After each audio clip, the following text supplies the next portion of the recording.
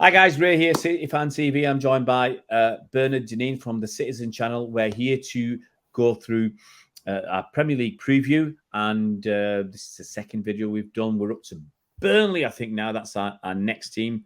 Actually, we're going to do Brighton before Burnley because they're next in the list. Okay, let's start off before we look at the players in and out. Brighton, another team who had a fantastic season last season. We've got to say, unexpected, in all honesty. They lost Graham Potter, who didn't create any magic at Chelsea. And they got Roberto De Zerbi, who was like a breath of fresh air. And they finished sixth in the league. I think they dropped away a little bit towards the end, but sixth was very commendable. They got a Europa League spot. They're going to have that to contend with and look forward to next season. So how do you think they did last season, Bernard? Excellent. I mean, as I say, when you thought Potter took them to a different level, Mr. De Zerbi improved a little bit on it, I think, generally, as I said, apart from the end of the season. But Potter had a good team there. And obviously, if you've got an half-decent manager, you can take a lot to destroy. Not a bad base, is it? Which is what they've got or what they had. They've lost a couple, haven't they? They've lost McAllister, of course, haven't they? Yeah, I think he's gone. Sanchez, is it? I think he's gone as well. And they got Milner now, mate. I mean, so that's got to add, hasn't it, to the to what they did last season? Mr. James Milner, all rocking up in his bath chair. No reason. Thing is with Brighton, have they peaked? Have they done as much as they can do? That two really good seasons. I can't remember where they finished the season before last, but I was very impressed with Brighton 2 seasons ago. Perhaps more than last season. I wasn't as impressed, but obviously overall, statistically, they did better last season. But have they reached that peak and they're going to be coming down like City are this season? Since you've mentioned some ins and outs, I'll go through the ins and outs, and then I'll tell you how Brighton, what I think they did towards the end of the last season. So, ins and out for Brighton. Okay. Mahmoud Dahoud is coming from Dortmund. Joao Pedro is coming from Watford. The aforementioned James Milner's come from Liverpool. How old is he now? 107. Alexis McAllister, Liverpool got him on the cheap. Dog years. So he's gone. It's Tsungui has gone. Tsungui has gone to Feyenoord. They've got this fella called Verbruggen. It's come from Anderlecht. Cadre has gone to Stade de Reims in France. Julio is coming from Fiorentina. Got Slater from Preston North End. You talked about Robert Sanchez, who's gone to Chelsea. And they had this guy called Michael Karbaunik, who's gone to Hertha Berlin. Now, the way they finished last season, here's the thing. They went through, again, they were a team that went through good spells. They started the season fantastically well, winning 3 and drawing 1. And they had some good spells in the season where there's a spell. Very unlucky with VAR from all accounts. Yeah. Well, you get into January. They had. I'm going to quickly go through a sequence of results. They beat Everton 4-1. They thrashed Liverpool 3-0. They drew with Leicester. They beat Bournemouth. They drew with Palace. Good run of games. Then they lost to Fulham, and then they went on a good spell again. Spanked West Ham 4-0. Drew with Leeds. Beat Palace and drew with Brentford before beating Bournemouth. But when you look at some of their losses, and that will hurt them. That will hurt them. They lost, and this is towards the end of the season, which paid to their chances of even getting a Champions League spot. And they might laugh at me, but you've got to remember, I said they finished with 62 points. Newcastle had 71. And look at some of the games. I'm not going to look at the games they won. Look at the games they lost at the end of the season, towards the end. They lost to Spurs away. They lost to Forest away. They lost to Everton at home. And then they lost to Newcastle and Villa. So, they could have potentially snuck into that Champions League spot, losing too many games like that. So, 2 things, Bernard. They've got the Europa League to contend with. So, thinking about that, they've got that to contend with. And then, obviously, they've got the league campaign. So, how do you think they're going to do this season? Well, they got a new keeper to bed, haven't they? That the Brew going to assume he's got to be number one, unless they've got someone as backup to the guy who's gone. So they got that to worry about. Pedro, I can't remember him being overly impressed at Watford, what he was doing there. In fairness, as I said, I think 6. They're not going to get anywhere near that. I'll be surprised if they've got to be about the middle. I would have thought of the table. As you say, with the European adventure, that'll boost them. I think that'll be a boost for the fans and the players and the whole club. I think the fact of just being in it will be great. You know, we know what it's like ourselves not so long ago. You know, when you start getting into Europe of your own devices, not by winning the Fair Play League. It's nice. It's nice to do it. I predict top 10, but I think it's going to be a bit. Yeah, so we'll see how De Zerbi go. But I say, I'm very impressed last season, very impressed the season before. Will he impress me again this season? You never know. Well, we'll see. I mean, I'm going to say top 10. I think they do well to get top 10 because the eye will be on that Europa League. I can see them winning nothing because I can see them dumping the cups. The League Cup is, I think, once you got that Europa Conference League, the League Cup you forget about it. I think what helps them actually in the League Cup is because they're in Europe, they don't start till the 3rd round. Is that right?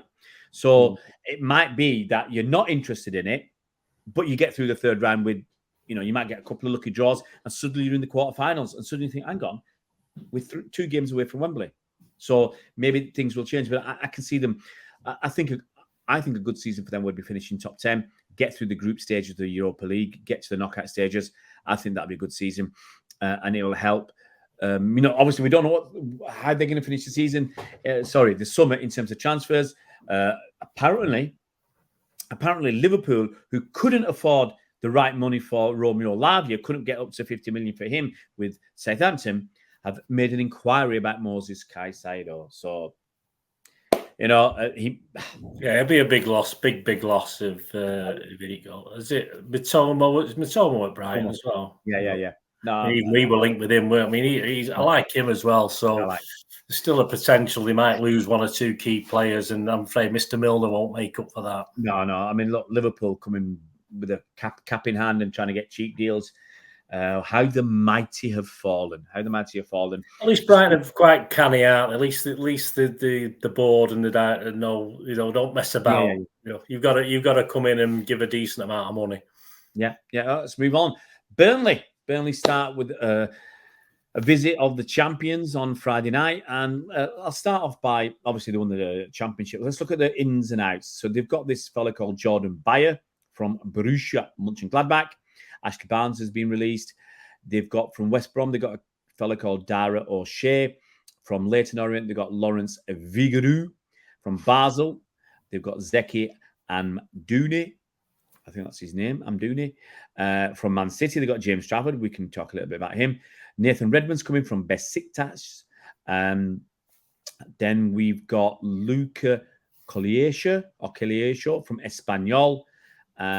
They've got a fella from Hoffenheim on loan, who is Jacob Brun Larsen. That superstar, Wout Weghorst, has gone on loan to Hoffenheim. And they've just recently got Sander Berg in from Sheffield United. Look, they did remarkably well in the championship, blasted everybody almost out of the water. And they've had a few ins and outs. And they've got Vincent Kompany as manager. Roll it all together, Bernard. Tell me what you think. Yeah, 20th. You beast, man. No, look at that. I mean, to be honest with you, the 3 that have come up, I mean, these are the guys that have got to, on paper, look as though they're going to do the best. They strengthened, they bought players. There's not too many players gone that have got them into that position of getting into the Premier League. They've got which is always, sometimes that happens, doesn't it? And they have strengthened. I think they've certainly got a better squad, which they'll need for the Premier League. It's as simple as that.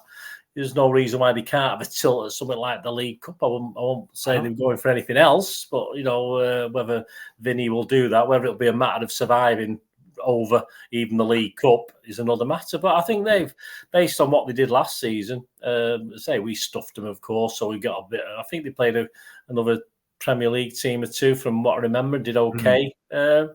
Yeah, he strengthened the squad, so that's what you've got to do, and no one else has. We'll talk about Sheffield and Luton and other when we're doing this, but at least they've done that. At least they've put a bit of the money they've earned back into it. Some of these other guys and even clubs that are in the Premier League at the moment haven't seemed to strengthen that much over the close season. So I can certainly see, not top half, obviously, but 14th, 15th, something like that.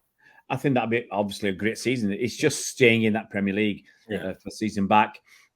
Stay there, not expect them to do anything in the cup competitions because their focus is on the Premier League and staying there, and then try and build upon home form again. Home form is going to be very important, and it's always what worked for the other guy that was there before he went. It's not a fortress turf more, is it? But it helps. It helps. They're not bad fans when they make effort when they turn up. Behave. Yeah, okay. I've nothing against Burnley. I had some happy times at Burnley. I don't mind turf more. In the last video, you've slated the Arsenal fans. You got the Villa fans against us, and now you're going for the local lads at Burnley. Burnley are all right. I've never had any trouble at Burnley, so I'm happy with that. I mean, they'll be giving the six-fingered knuckle punch from Burnley fans now for what you said. You've got to have a soft spot for Burnley, only because of the one reason, isn't it? And it's linking us now, and it's as simple as that. I mean, James Trafford as well. We will briefly mention. It'd be great to see how he gets. I'd love it. I didn't watch a lot of Match of the Day last season, but with this season, I'll make the effort. I think just because I watch people like James Trafford because I won't get the chance otherwise. And I think Burnley done well with James Trafford. People have queried the fact that they're spending 17, 18 million quid on this kid who's played in League One, not played Premier League, and blah blah blah. But the guy's he is different gravy. You'll find out. You'll see that he's somewhat special. They've got the potential to be somewhat special. Now they've bought him. They've invested heavily in him, and they're going to make sure he succeeds. And I think you've mentioned to me before, the kid's got confidence. I think that's the polite way of putting it. He's got confidence in himself, and that's going to do him well. So good luck, Burnley, and hopefully you can stay in the league. Good luck after Friday night as well. Obviously not when this is going out, but good luck after they played us. Hopefully this will go out before the game. Anyway, we move on. We move on to this can take me about 3 days to read the ins and outs. Move on to Chelsea. Keep brief on this one, mate. Chelsea. Who the hell knows what's going to go on there this season? I have no idea. I mean, Chelsea are a real Frankenstein club. They are a monster. And positives, they got rid of Havertz, so that's a positive for them. Well, other positives, they got rid of Lampard. Kovacic, he was rubbish. I don't know where he went. He's rubbish. But no, they're absolutely rubbish. Chelsea last season. I can't even remember who did they start the manager with last season. Zola.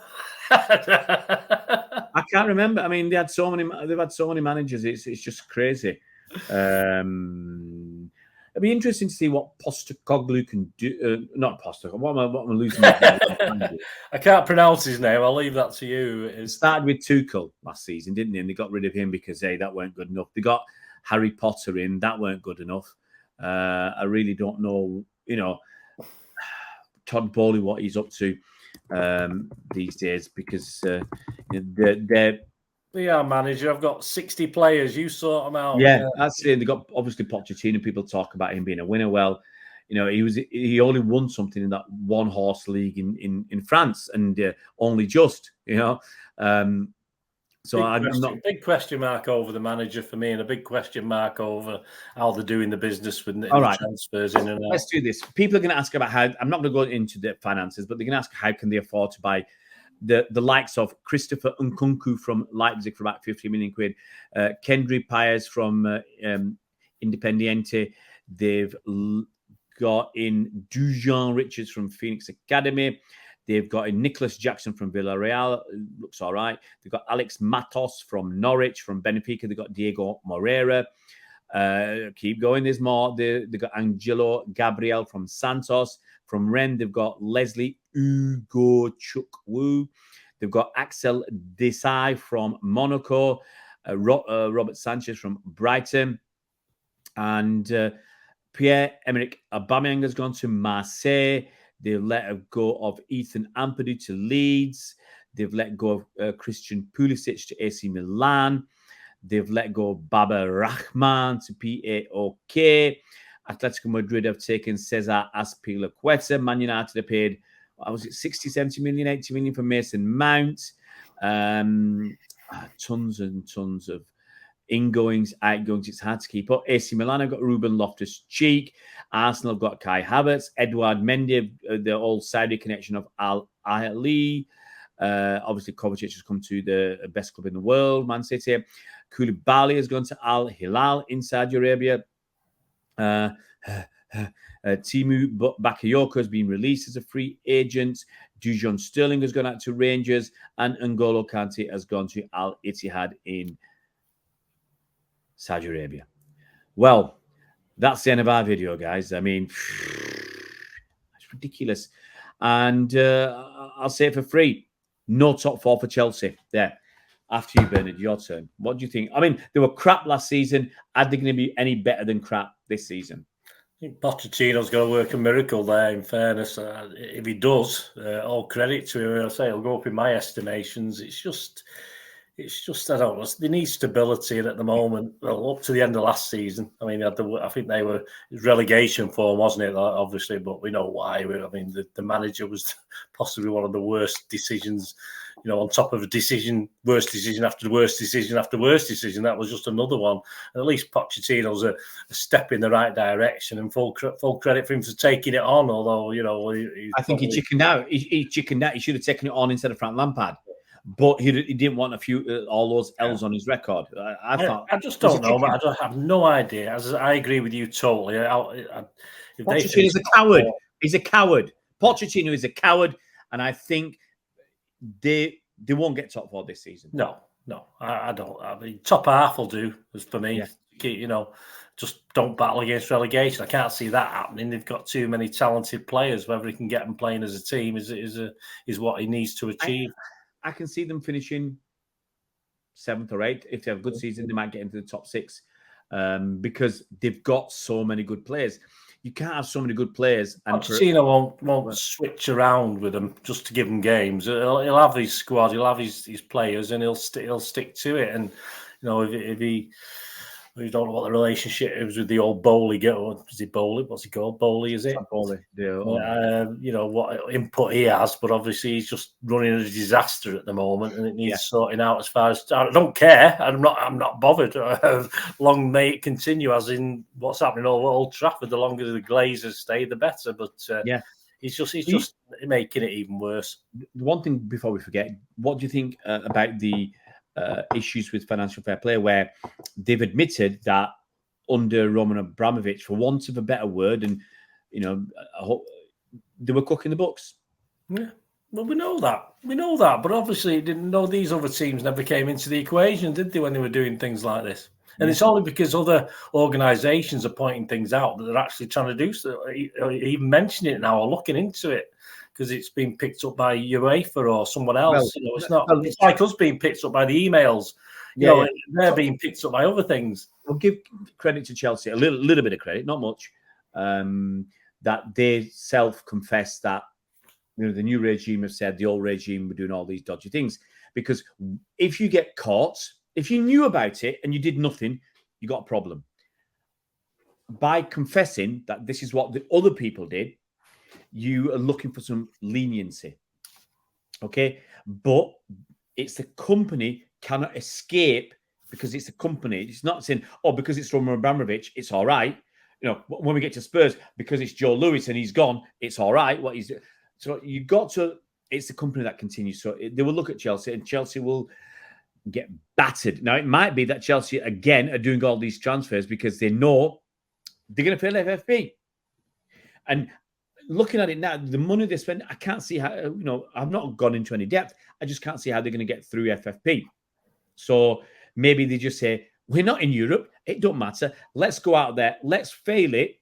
Then get our house in order, pay our fines and whatever, get our house in order, and then move forward. But it's a tough situation because they're not even in Europe. That'll obviously help them, not being in Europe. That'll help them immensely. but that's going to cost them a lot of money that they're not going to get. So, but I think, as I said, I think they could push for top 6 because they've got nothing else to play for. But yeah, no, I'm thinking 7th, 8th, or 9th myself. Yeah. No, that's what I think. But a good run with quality But players. as I said, if Pochettino becomes a manager again, top 6 is possible, but he's got a lot to do. Yeah. Okay. The last club in this video is going to be Crystal Palace, who I felt really sorry last season for Patrick Vieira, because I thought he was doing all right, and it was just that he had a really poor run of games against top teams where it was just unlucky that he came against them all at once.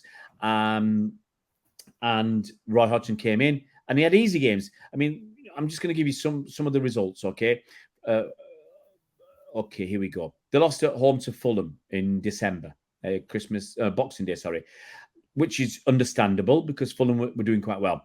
They beat Bournemouth. They lost to Spurs. That's understandable. They lost to Chelsea. They drew with United and Newcastle. They lost to Man United. They drew with Brighton, Brentford, and Liverpool.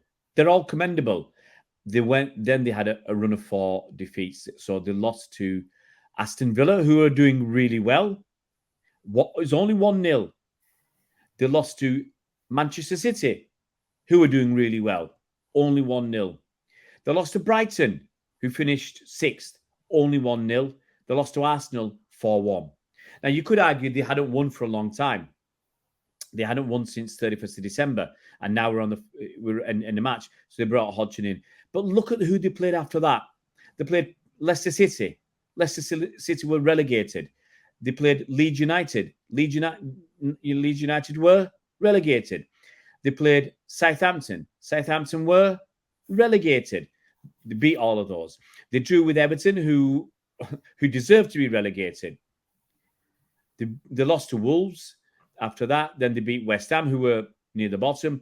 They lost to Spurs, and then they had a decent finish by beating Bournemouth, drawing with Fulham, and drawing with Forest. So I think Patrick Vieira was hard done by. And I'm not saying that because he's a City legend or anything like that, but it was disappointing, what happened. Now Hodgson, at the age of 127, has been reappointed for this season. I know you're laughing because he's 10 years older than you, 10 or 12 years older than you. But he's very similar age, actually, I think. No, Hodgson is in his 70s, mate. Roy Hodgson is in his 70s. Brain-wise, I'm about as lively as he is. Nah, mate. He's 75 if he's not a day. Roy Hodgson. Poor guy should be on a beach somewhere. They keep dragging him. He tries to get out, and they keep dragging him back. Actually, I got it wrong. It was his birthday yesterday. He's now 76 years old. Okay. So how do you think they did last season? Because they ended up, it was quite respectable to finish 11th in the table, mid-table. How do you think they did? Should they upset Palace fans as well? Go on. Do it. You do it. I just think it's about time Palace got relegated. In fairness, I think they've. I know. There's a couple of guys been. Nice. I don't think they've had anyone in. I don't think they bought anyone of note. I'll talk about that in a sec. They have. But have they? Okay. Is that a recent? Let's go through. Because I did this about 2 days ago, and I had a big blank space on my sheet of paper. They got Jefferson Lerma from Bournemouth. They got Chris Francis from Bournemouth. They got Mateus Franca from Flamengo, and that's it. They have released a few places. Luka Milohajovic. He's gone into free agent. James McArthur, Jack Butland, who's a keeper, weren't he? Transfers out, nothing. And let's look through the big ones. Rob Street. Still got Mr. What's he called? Eloise or whatever he's got on. I'm going to get it. Give me a chance. So Wilfred Zaha, big name, but I don't think he is good enough anymore. I don't think he's delivering enough for what they're paying him. And they lost Fionn Mooney to Real Valladolid.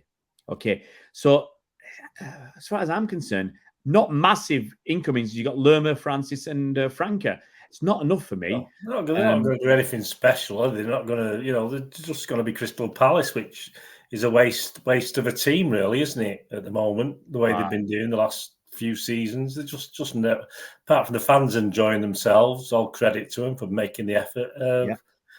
I think they'll struggle. There's just no point. There's just no point to Palace at the moment. I think they'll struggle because I think Roy Hodgson had that. Well, if you're a Palace fan, if you're a Palace fan, you love your club. It's as simple as that. But as far as football's concerned, they're not really adding anything to anything. Oh, wow. The last 10 games, okay, they won 5, drew 3, lost 2. But the 5 they won were against, as I said, Leicester, Leeds, Southampton, West Ham, Bournemouth, teams at the bottom, okay?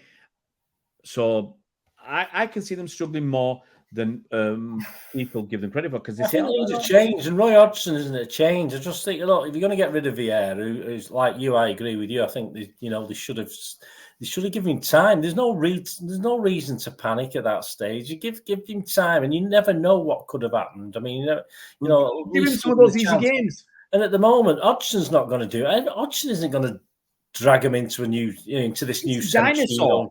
Years too late. They need something. They need to do what clubs like Brentford and Bournemouth and all these other, where they bring sort of something in to change it, sort of up it. Brighton, where they actually progress. I mean, they're a big enemy of Brighton, aren't they? Palace and Brighton.